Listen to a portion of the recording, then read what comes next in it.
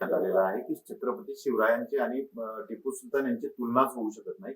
मात्र हर्षवर्धन सपकाळांनी आयतं पोलीस दिलंय भाजपला.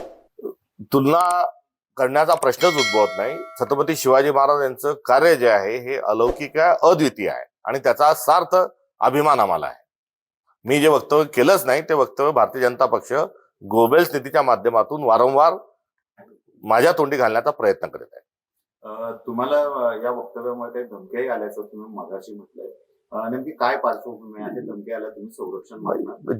धमक्या ह्या व्यक्तिगत स्वरूपाच्या, सार्वजनिक स्वरूपाच्या आल्या. जीप छाटून 10 लाख रुपये बक्षीस ठेवण्यापर्यंत देखील आता ही मजल गेलेली आहे. थोडक्यात देवेंद्र फडणवीसांना महाराष्ट्राचा तालिबान करायचा आहे.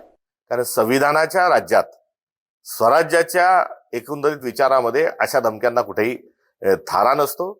माझ्यावर भारतीय दंड संहितेनुसार जी कारवाई होऊ शकत असेल ती जरूर करा. याबद्दलही काही माझं दुमत असण्याचं काही कारण नाही. त्यामुळे धमक्या या इथं राहतात. महाराष्ट्राचं तालिबान देवेंद्र फडणवीसांना करायचंय आणि कुठे याच्या पलीकडेही बऱ्याचशा धमक्या येतात आहे. त्या काही आज सांगणं हे उचित होणार नाही. धमकीच्या अनुषंगाने काही कुटुंब पातळीवर देखील धमक्या झाल्या असं तुम्ही मगाशी बोलले होते, नेमकं काय?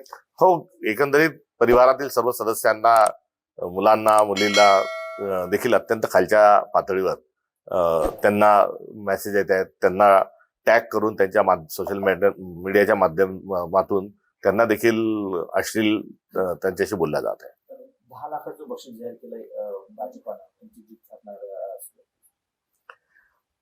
माझी जीप छाटल्याने जर अमेरिकेत डील कॅन्सल होत असेल, माझी जीप छाटल्याने जर कर्जमाफी होत असेल, माझी जीप छाटल्याने जर शेतकऱ्यांना शेतमालाला भाव मिळत असेल तर जरूर माझी जीप छाटा.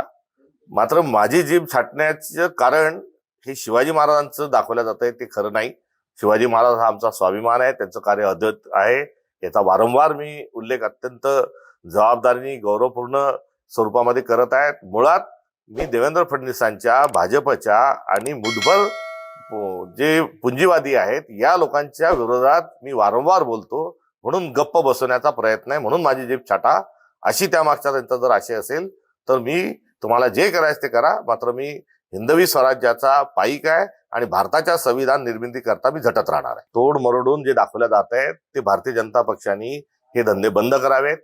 मला विचारला गेलेला प्रश्न यामध्ये मी शिवाजी महाराजांचं अद्वितीय, त्यांचा पराक्रम, त्यांचं शौर्य मी त्या ठिकाणी अधोरेखित करत असताना उलट त्यांच्यापासून टिपू सुलतान यांनी प्रेरणा घेतली हे सांगितलं.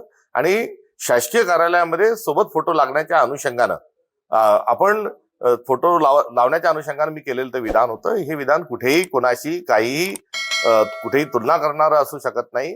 हे आपापल्या ठिकाणी आपापल्या कार्यकाळामधले सगळे जे महामानव आहेत यांच्या सर्व अनुयायांनी, या आस्थापुरुषांच्या भारतामध्ये, महाराष्ट्रामध्ये, गावागावांमध्ये गुन्ह्या गोविंदान राहावं, कुठेही जातीवर, धर्मावर वाद होऊ नये या पार्श्वभूमीवर माझं केलेलं हे वक्तव्य होतं. आणि या वक्तव्याला जातीय रंग देऊन महाराष्ट्रामध्ये दंगल पेटवण्याचं काम हे देवेंद्र फडणवीस करत आहेत.